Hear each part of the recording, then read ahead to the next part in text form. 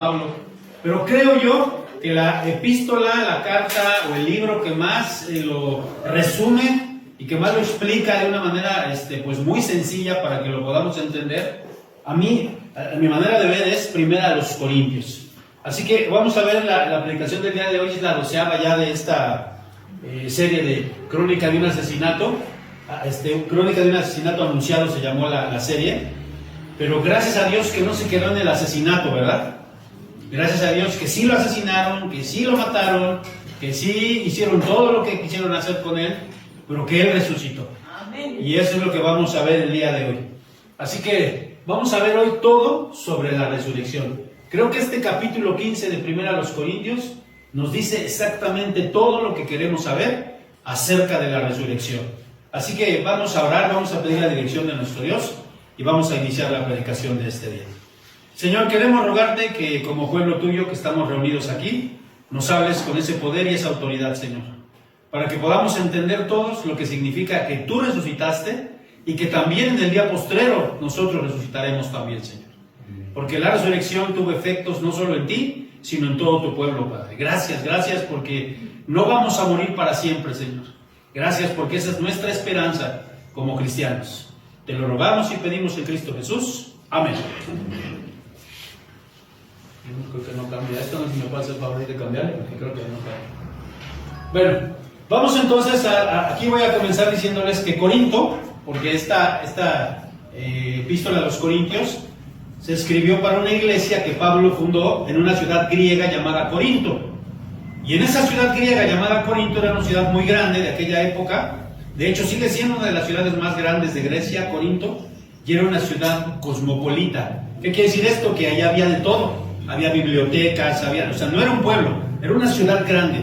Y ahí convergían las diferentes filosofías y religiones que había en todo el imperio griego y también en el imperio romano. Y ustedes saben quiénes fueron los primeros grandes filósofos griegos, ¿no? Platón, Sócrates y Aristóteles. Y estos filósofos no creían en la resurrección. Ninguno de estos filósofos creían en la resurrección. ¿Por qué? Porque ellos creían que el cuerpo era malo. Esa era la tónica de todos los filósofos griegos. Pensaban que el cuerpo era malo. Entonces para ellos no tenía ningún caso que resucitara un cuerpo, porque el cuerpo era malo. Por eso Pablo les explica de una manera muy bonita, muy entendible a la iglesia de Corinto qué era la resurrección. Porque ellos tenían ahí a esos filósofos, ahí muy cerca. Obviamente estaban en ese pueblo, en esa ciudad, allí en Corinto, me refiero a pueblo como nación, ¿verdad? Estaban ahí, y entonces estaban siendo, pues, de alguna manera atacados con ese tipo de filosofías, que la resurrección no existía. A ver, aquí les voy a hacer una pregunta, a ver si es cierto que saben de Biblia. ¿Cuántas? Y vamos a dejar ya a los filósofos griegos, ya vimos que Pablo les enseña a los corintios. ¿Cuántos partidos políticos, políticos y religiosos había en la época del Señor Jesucristo? ¿Sí se acuerdan cuántos eran? ¿Quiénes eran? Los fariseos, los saduceos, pero faltan otros dos. Los esenios y los celotas. Eran 4. Y de esos, los saduceos no creían en la resurrección tampoco.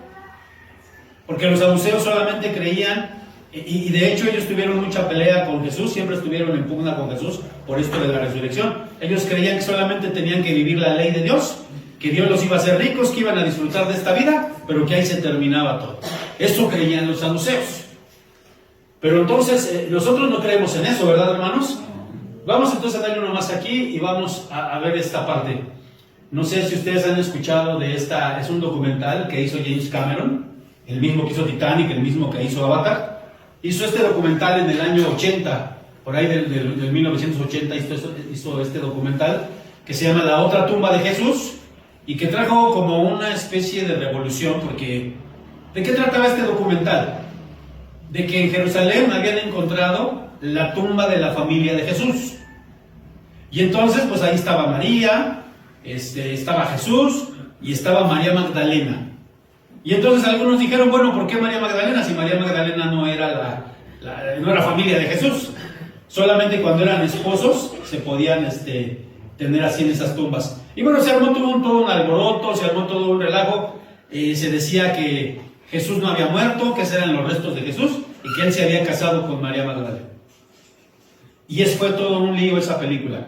Pero así hay mucha gente que piensa hoy en día, y de aquí surgió toda una serie de libros como el Código Da Vinci, Ángeles y Demonios, los evangelios apócrifos de María Magdalena, de Judas,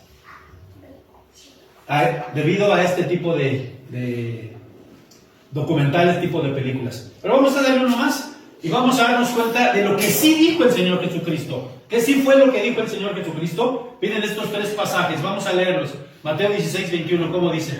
Desde entonces comenzó Jesús a declarar a sus discípulos que le era necesario ir a Jerusalén y padecer mucho de los ancianos, de los principales sacerdotes, de los escribas, y ser muerto y resucitar al tercer día. ¿Quién dijo estas palabras? Jesús.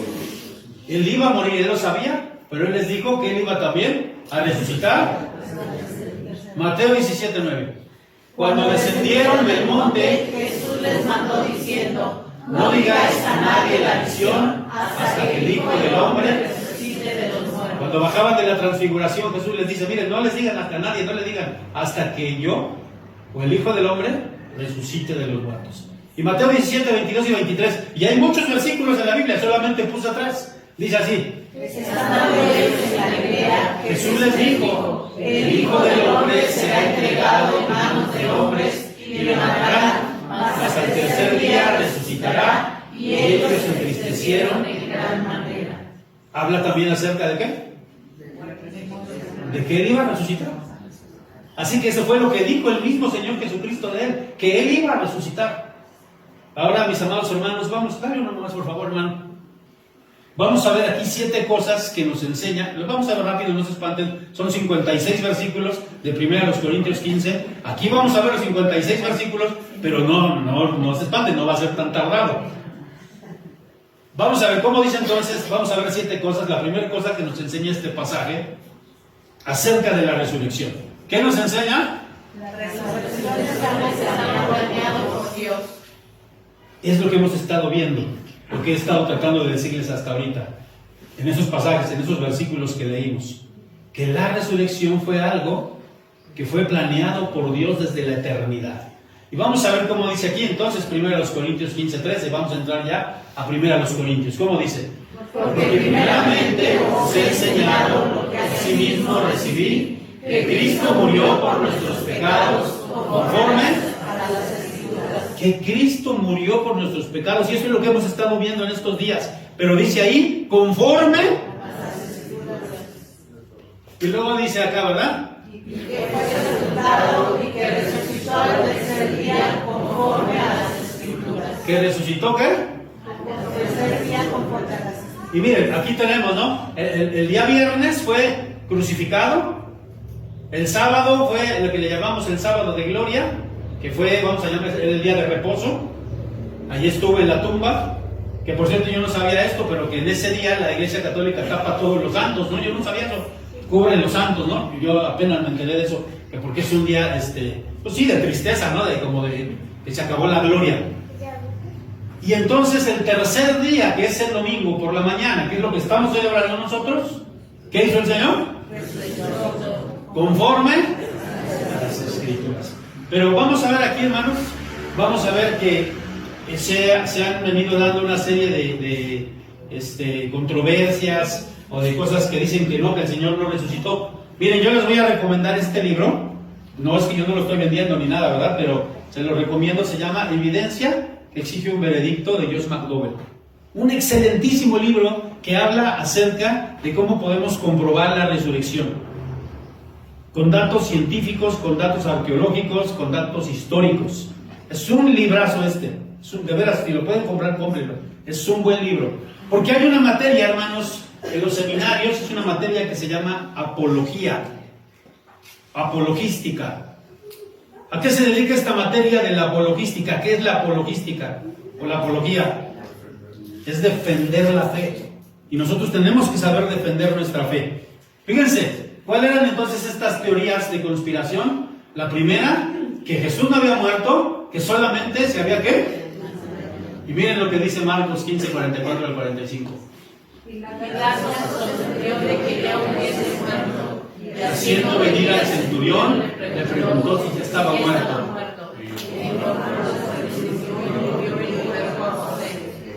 ¿Quién le pregunta entonces? ¿Que si estaba qué? ¿Y qué le respondió el centurión? Ahora, los centuriones eran personas expertas, especialistas en muerte. Ellos sabían cuando una persona estaba muerta. Y ya lo vimos también cuando fue traspasado con la lanza. Estaba muerto. ¿Cómo se pudo haber desmayado nada más? Entonces esta teoría es desechada, ¿no?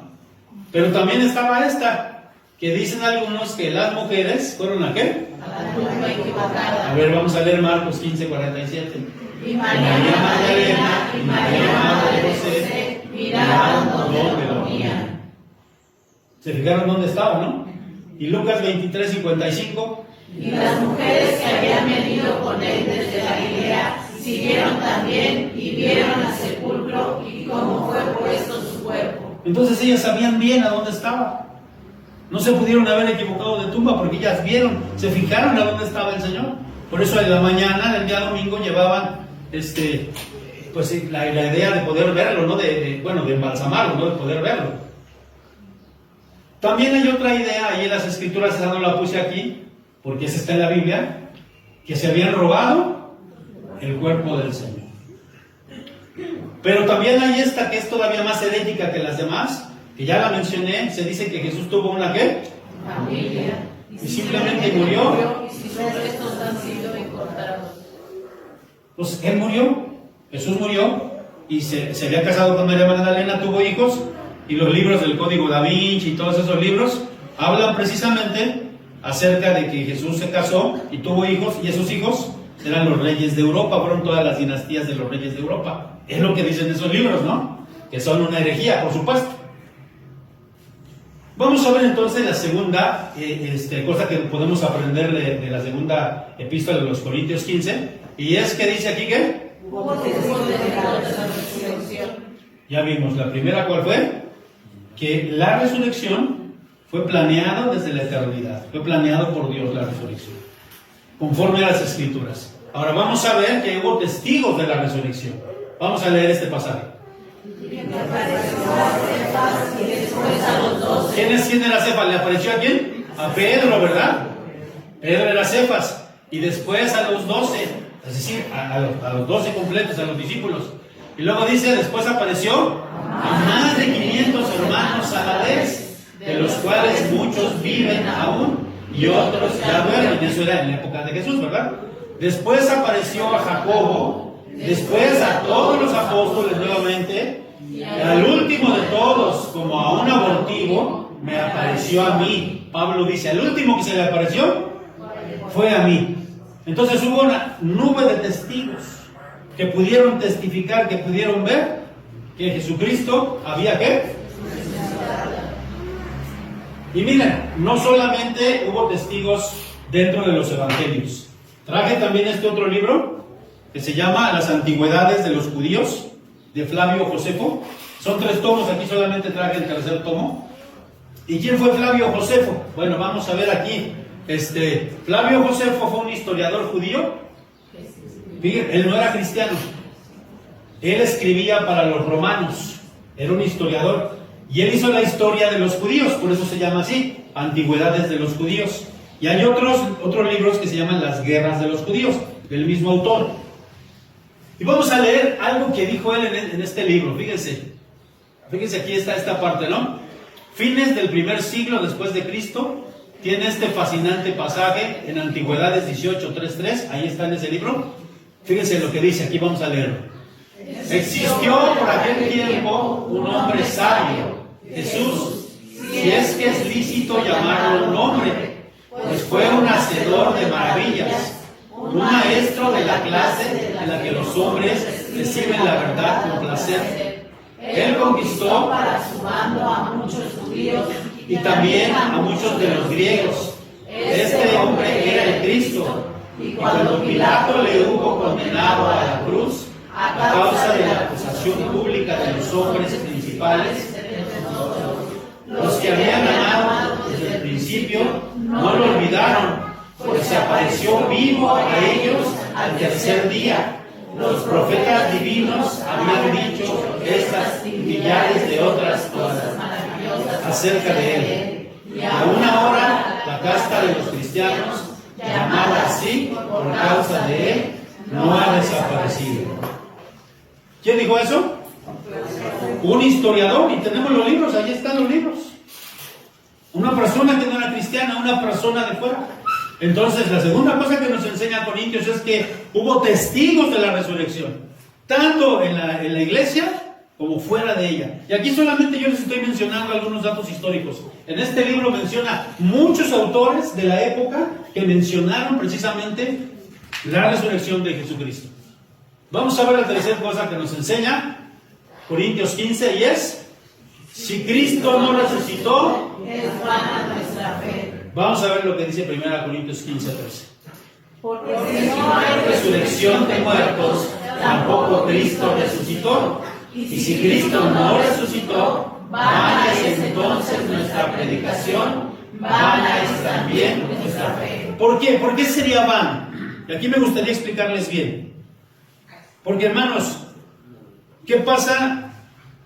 A ver, ¿qué pasa con la resurrección? Porque muchos piensan que cuando nosotros, bueno, y eso lo vamos a ver un poquito más adelante, solamente lo estoy mencionando. Piensan que cuando nosotros morimos, pues obviamente nuestro espíritu, ¿verdad?, vuelve a Dios que lo dio. Pero como ya vimos, algunos griegos pensaban que el cuerpo era malo. Y entonces, si no, aquí en esta parte, si no hay resurrección de los muertos, y si Cristo no resucitó, ¿qué quedaría? Si Cristo no resucitó, ¿qué quedaría? Solamente lo material. Porque así creían este tipo de personas, ¿no? Había unos filósofos en la época de Jesús que eran los epicúreos, y miren cómo decían aquí. ¿Sí se alcanza a leer? Sí. Comamos y bebamos, porque mañana moriremos. Y así es como vive mucha gente el día de hoy. Yo voy a disfrutar la vida, vamos a emborracharnos, vamos a fornicar, vamos a hacer esto, vamos a hacer el otro. Al fin que nos vamos a morir, y después de la muerte no hay nada, es puro materialismo. ¿Sí me explico? Y eso sería, el cristianismo sería la religión más digna de conmiseración si la resurrección no se hubiese efectuado. Porque no habría nada, simplemente materialismo. Se convertiría precisamente, dice aquí, en eso, en mero materialismo. Y hay también otras creencias, ¿no? Hay gente que dice, bueno, cuando mueren se reencarnan, ¿no? Y sabemos que la reencarnación, pues nunca van a reencarnar en algo mejor, siempre va a ser una reencarnación en algo peor. O si no, hay gente que piensa que se une al cosmos, ¿no? Cuando mueres, tu energía se une al cosmos. Bueno, la palabra de Dios nos dice bien clarito, bien claro acerca de esto. Vamos a ver la cuarta cosa que nos enseña Corintios 15 acerca de la resurrección, porque estamos viendo todo acerca de la resurrección. Y aquí ya se va poniendo interesante, porque, bueno, no es que no esté interesante lo primero, es más interesante, porque aquí hablamos de la resurrección de Cristo, perdón. Y aquí vamos a hablar de nuestra resurrección. Vamos a ver qué dice 1 Corintios 15, 42 y 43. Así también la resurrección de los muertos se siembra en corrupción, resucitará en incorrupción. Se siembra en deshonra, resucitará en gloria. Se siembra en debilidad, resucitará en poder. Miren, esto es bien interesante porque aquí está utilizando una figura del lenguaje. ¿Qué pasa cuando una persona muere? Aquí lo pongo yo. ¿Qué pasa cuando una persona muere? Aquí está, ¿qué hace? ¿Alguien lo dijo?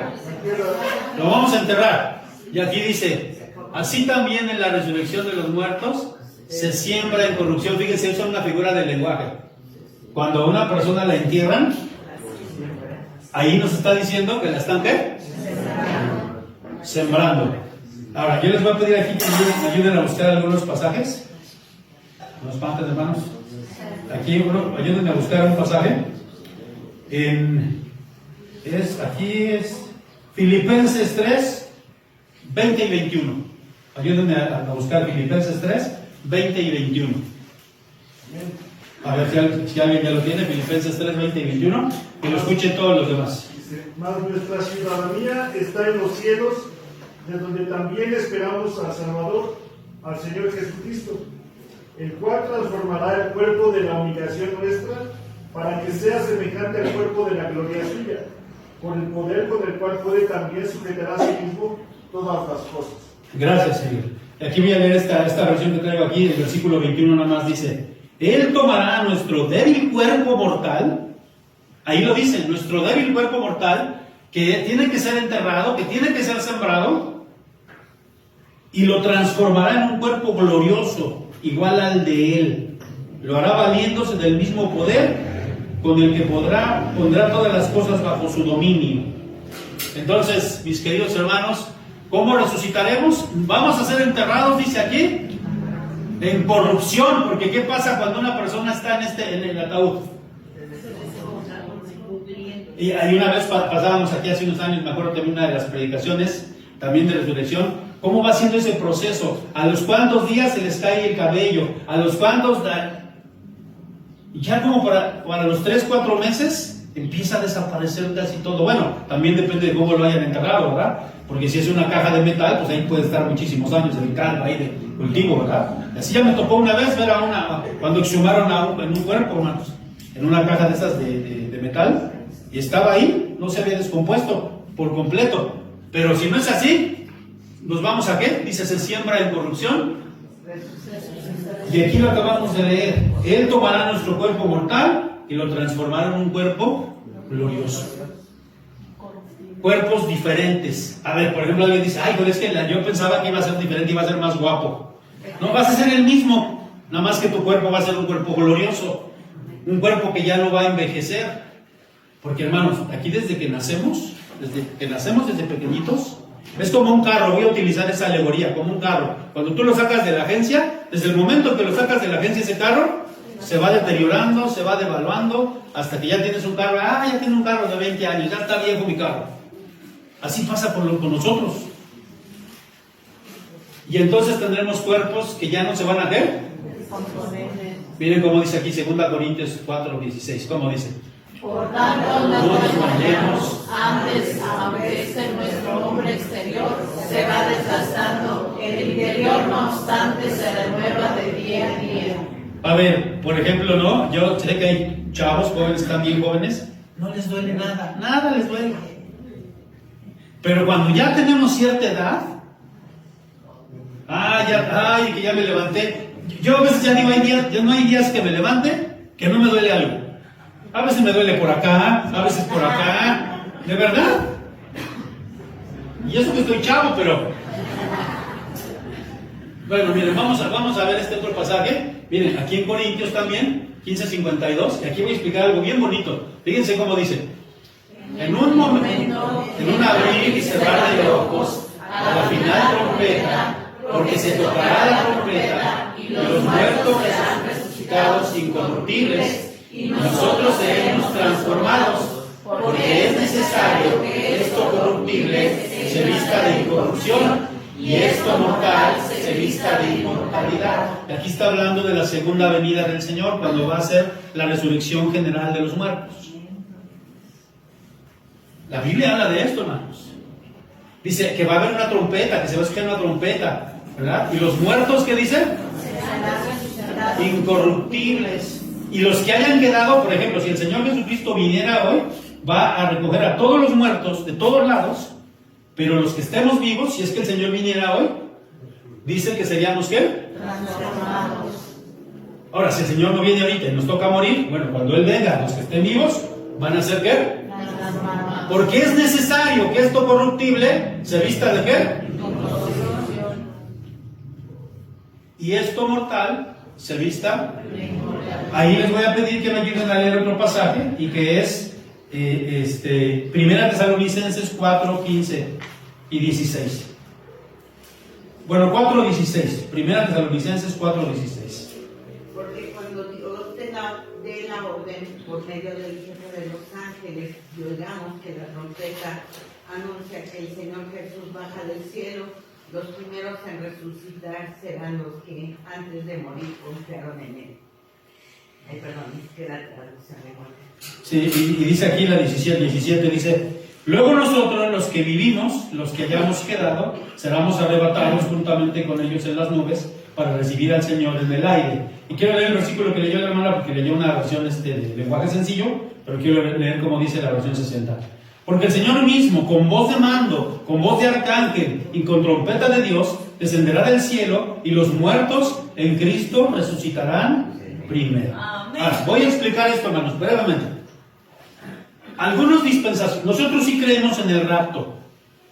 Nosotros sí creemos que Jesucristo va a venir por nosotros en las nubes, porque lo dice la Biblia. Pero nosotros no creemos como creen los dispensacionalistas, y voy a explicar esto brevemente. Los dispensacionalistas dicen que el Señor va a venir por segunda vez y se va a llevar a su iglesia que se portó bien, a los que se portaron bien, a los buenos cristianos. O sea, ustedes no. No, es una broma, ¿no? ¿Qué voy a hacer? Se va a llevar, además es una doctrina errónea, se va a llevar solo a su iglesia a los que se portaron bien. Y se va a ir. Y va a pasar la tribulación y todo ese tipo de cosas, como creen ellos, y va a venir por tercera vez a ver si esos que dejó, que eran cristianos medio mediocres, y se los va a llevar, y ahí va a ser el fin de todo. No, nosotros no creemos en eso. Nosotros creemos que el Señor solamente va a venir la segunda vez. Y en esa segunda vez el Señor va a venir con trompeta y va a llevar, van a resucitar todos los muertos, los que están en el mar, los que están en cualquier lado, los quemados, todos. Por eso yo siempre digo, yo respeto, pero las personas que dicen, ay, yo no me quiero cremar, pues yo digo que están mal porque, bueno, no están mal ni están bien, hagan lo que quieran. Pero lo que digo es que no estaría mal que se cremaran, ¿sí me explico? Sí. Porque de todas maneras dice la Biblia que al polvo volverá a tu cuerpo y el Señor te va a restaurar. A ver, los que murieron quemados, los que dice la Biblia que el mar echará sus muertos también. Exactamente, entonces, vamos a resucitar todos los que estemos muertos, y los que están vivos van a ser transformados. Ahora, aquí les voy a pedir que leamos otro versículo. Este está en Hechos 24:15. Hechos 24:15. Nada más para explicar esto. Hechos 24:15. ¿Cómo dice? Alguien que lo busque. Teniendo esperanza en Dios, la cual ellos también abrigan de que ha de haber resurrección de los muertos, así de justos hombres. Va a haber resurrección de los muertos, ¿así de qué? Ahora, voy a explicar esto. El Señor va a venir en los cielos, se va a llevar va a resucitar a todos los muertos, los que murieron en Él, se los va a llevar, y a los que estemos vivos, o los que están vivos en esa época, nos va a transformar, y después va a resucitar a los muertos que murieron sin Cristo, a los injustos. Pero todos vamos a resucitar. Los muertos, así de los que viven, de los justos, como de los injustos. Entonces, hermanos, esta verdad que nos enseña 1 Corintios es cómo nosotros vamos a resucitar. Eso que se pudre ahí, eso incorruptible, va a resucitar como algo incorruptible, un cuerpo glorioso como el del Señor. Acuérdense que el Señor podía traspasar las paredes. Es un cuerpo glorioso. Amén. Así es lo que nos enseña Corintios, cómo vamos a resucitar. Quinta cosa que nos enseña, nuestros cuerpos serán ¿qué? Y ahorita les voy a explicar. No es que seamos como los griegos, que pensábamos que el cuerpo es malo. El cuerpo no es malo porque ¿quién lo creó, hermanos? Y cuando terminó de crear todo, allí en Génesis dijo que su creación era buena en gran manera. Así que el cuerpo no es malo. Nada más que el cuerpo, que cuando cayó en pecado Adán y Eva, entró la enfermedad, entró la muerte, y por eso nuestros cuerpos se corrompen y por eso morimos. Pero los cuerpos no son malos. Pero vamos a leer lo que dice 1 Corintios 15:44. Se siembra cuerpo animal, resucitará cuerpo espiritual. Así que cuando te entierran es un cuerpo animal. Hay cuerpo animal y hay cuerpo espiritual. Pero esto digo, hermanos, que la carne y la sangre no pueden heredar el reino de Dios, ni la corrupción hereda la incorrupción. Fíjense lo que dice Apocalipsis hablando de la ciudad celestial. Dice que no entrará en ella ninguna cosa inmunda. Por eso es que nuestros cuerpos serán, ¿qué cuerpos? ¿Qué dice ahí? O sea, como ya dije, vamos a ser un cuerpo glorioso. Allá en el libro de Job no sé, 1800 años antes, el libro de Job decía que yo sé que mi Redentor vive, decía Job. Y él decía que así su mismo cuerpo, sus mismos ojos le verían al Señor. Sería Él mismo. Vamos a ser nosotros mismos. Tu esencia va a ser la misma. Tu cuerpo va a ser el mismo. Ya lo dije, pero va a ser un cuerpo glorioso, un cuerpo espiritual, un cuerpo que... ¿Saben dónde va a estar la diferencia, hermanos? Que ya no vamos a desear pecar. Que ya no vamos a pecar. Porque ahorita, aunque seamos cristianos, ¿pecamos o no? Cuando tengamos este cuerpo glorioso, este cuerpo espiritual, que así resucitará, se siembra cuerpo carnal, cuerpo animal, y resucitará cuerpo espiritual. No vamos a ser unos fantasmas, porque así hay gente, ay, los fantasmas, eso era una doctrina que se llamaba el docetismo, que pensaba que Jesucristo era un fantasma. No. Sí, ¿se acuerdan ustedes que cuando el Señor resucitó, lo pudieron tocar? ¿Se acuerdan que cuando el Señor Jesucristo resucitó, comió con ellos? Ojalá que haya comida ya, no sabemos, ¿verdad? Pero a los que nos gusta la comida decimos ojalá que... Pero a lo mejor ni la vamos a necesitar. No sabemos eso, pero lo que sí somos nuestro cuerpo, vamos a tener un cuerpo espiritual. ¿Amén? Bueno, vamos a ver la sexta cosa que podemos aprender de este pasaje. La muerte será ¿qué? Vencida. Vamos a ver aquí, vamos a leer esta parte de Corintios. Y cuando esto corruptible se haya vestido de incorrupción, y esto mortal se haya vestido de inmortalidad, entonces se cumplirá la palabra que está escrita: sobrevida es la muerte en victoria. ¿Dónde está, oh muerte, tu aguijón? ¿Dónde, oh sepulcro, tu victoria? Ya que el aguijón de la muerte es el pecado, y el poder del pecado la ley. Mas gracias sean dadas a Dios, que nos da la victoria por medio de nuestro Señor Jesucristo.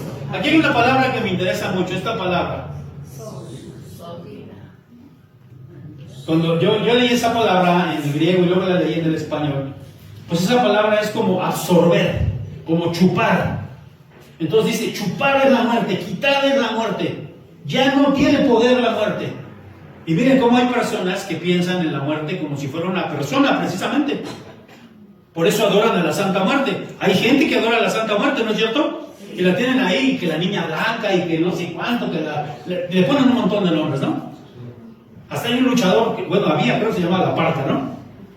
¿Por qué? Porque se le ve a la muerte como si fuera una persona. No, la muerte no es ninguna persona. La muerte es un evento. Y entonces, aquí dice que con la resurrección, el Señor venció precisamente esa eventualidad, esa circunstancia de la muerte. ¿Amén? ¿Qué pasa cuando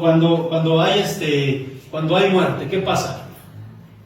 Miren, vamos a leer aquí. Esto dice Apocalipsis 21:4 y está hablando de cómo el Señor venció la muerte. Es como para complementar esta parte. Dice aquí, enjugará Dios. ¿Qué significa enjugar? No es enjuagar, ¿verdad? Es secar. Por ejemplo, cuando alguien está llorando, le pasa que está enjugando. Eso significa, enjugará Dios toda ¿qué? Lágrima de los ojos de ellos. Y ya no habrá muerte, ni habrá más llanto, ni clamor, ni dolor, porque las primeras cosas pasaron. Porque la muerte, ¿qué trae? Dolor, confusión. Hace unos días, el viernes precisamente, yo, pues en mi indumentaria que traje me puse una corbata que me regaló el hermano Chava. Y yo me estaba acordando de mi hermano Chavita. Fíjense. Y recordamos a muchos hermanos que ya no están con nosotros. A Joaquinita, al hermano José Luis, al hermano Pepe Sport, a la hermana Ari, la mamá de nuestro hermano Arturo, a varios hermanos que ya no están entre nosotros. ¿Y qué nos produce eso, hermanos? ¿Qué produce la muerte? Dolor, tristeza. El extrañar, ya no lo vamos a ver, y eso es una impotencia, ¿no? Yo quisiera ver a mi familiar. Hay gente que no se ha repuesto, hermanos, hay gente que no se repone por la muerte de un familiar. Pero la palabra de Dios dice aquí que cuando ya estemos allá con el Señor en la resurrección ya no habrá llanto. Ya Jehová clamó. ¿Cómo claman las personas cuando tienen dolor, hermanos? Hay algo que se llama la clínica del dolor, ¿no? Cuando una persona tiene un dolor, la mandan a la clínica del dolor y le ponen, no, pues échale morfina, no sé qué drogas, porque el dolor es impresionante. Pero ya no va a haber dolor. Dice, porque las primeras cosas pasaron. Porque el Señor venció, ¿qué? Y eso es para nosotros, hermanos. Y vamos a ver la séptima cosa que nos enseña, séptima y última que nos enseña 1 Corintios 15:58. ¿Qué dice aquí? Aquí arriba, aquí la séptima cosa. A ver, pues lo que dice aquí 1 Corintios 15:58. Así termina, es el último versículo aquí.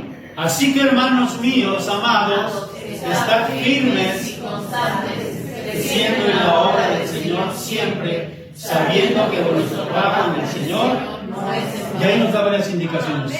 ¿Debemos estar qué? Firmes, constantes. Cristianos que a veces vienen a la iglesia, que a veces no, dice firmes, constantes. Ahí lo dice, hermano. Creciendo en la obra del Señor. Gracias a Dios, hoy vamos a recibir. ¿Cuántos hermanos vamos a recibir hoy como miembros de la iglesia? 8, ¿no? Gracias a Dios porque estamos trabajando. Pero tenemos que seguir trabajando. ¿En dónde tenemos que seguir trabajando? En la obra del Señor. Siempre sabiendo que vuestro trabajo en el Señor. Es que no se dieron cuenta que vine y trapié. No se dieron cuenta. No importa que no se dé cuenta a los demás. ¿Quién sí se da cuenta? El Señor. Y el trabajo del Señor no es en vano. Ahí lo dice. Porque trabajo del Señor no es en vano, ¿verdad? Porque un día sabemos qué dice aquí. Fíjense cómo dice aquí, Apocalipsis 20:12. Vi a los muertos, grandes y pequeños, de pie delante del trono. Fíjense, todos vamos a estar delante de qué? Del trono. Porque también va a haber un juicio. Y los libros fueron abiertos, y otro libro fue abierto, que es el libro de la vida. Y los muertos fueron juzgados por lo que estaba escrito en los libros según sus obras. La salvación no es por obras, y lo voy a dejar bien claro. La salvación es por la gracia de nuestro Señor Jesucristo, por aceptar a Cristo en nuestros corazones, Él nos recibe, es por gracia. Pero cuando tú ya eres un cristiano, sí va a ser evaluado lo que tú hiciste. Y ahí lo dice bien clarito en Apocalipsis. Fueron juzgados por lo que estaba escrito en los libros, ¿según qué? Así que, mis amados hermanos, lo voy a explicar quizá de una manera muy pueril. A veces, y es lo último que explico, a veces nosotros decimos, sí, pues va a estar San Pedro, ¿no? Como los chistes que cuentan, ¿no? San Pedro, no, tú sí pásale, no, pues tú te vas para allá abajo y tú para acá arriba, ¿no? Y sabemos que, pues, la palabra no dice que sea así, pero lo que sí nos dice la palabra de Dios es que si tú eres cristiano y aceptaste a Cristo, vas a entrar a la gloria de Dios, pero ¿cómo vas a